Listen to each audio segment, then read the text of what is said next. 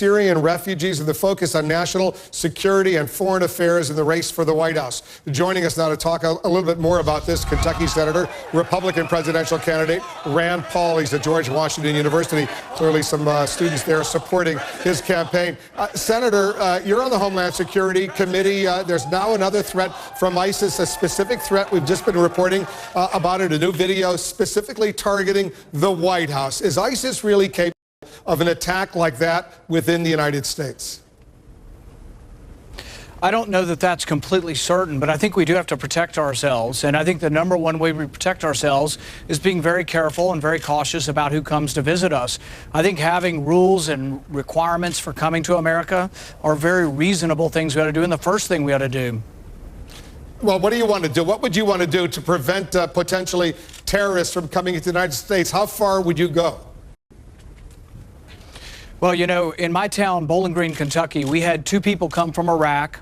They posed as refugees, but they were on a watch list already. They had fingerprints on a bomb fragment from Iraq, and we just didn't do a good enough screening process. I'm still not convinced. I think that the system is overwhelmed and that we don't have the ability to even go through what we have currently in our country. So we do need to press pause and make sure we have a good system. A whole section of the world is saying they want to come here and attack us.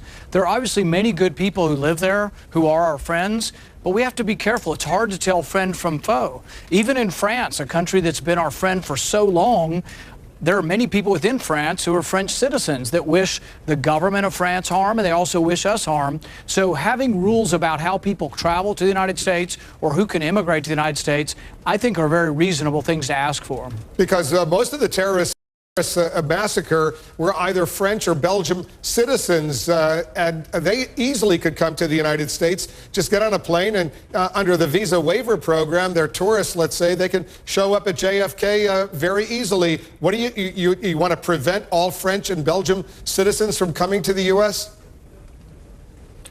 What I would do is for the visa waiver countries, these are our friends, our allies, England, Germany, France.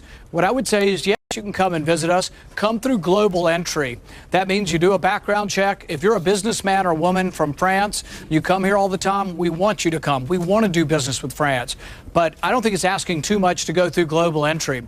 I went through the frequent flyer program to be able to fly in a less molested way in the United States. I think French travelers could do the same kind of thing. But I think if we don't do that, we have to have a waiting period, because I think many of the attackers in France could have actually gotten on a plane. Some of them will probably turn out to be, have been on a watch list, but I think some of them will turn out to be people for whom we did not have any suspicion. But I think making people go through a process to visit our country, it's the only thing we can do, and it's actually a lot less expensive than sending 500,000 young American sons and daughters back there for another war. I think another big land war in Iraq is a mistake, and I'm not for it.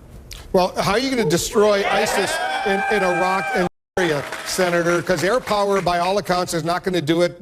Ground troops are necessary. Under what circumstances would you, as president, order U.S. ground forces into Syria, let's say, to destroy ISIS?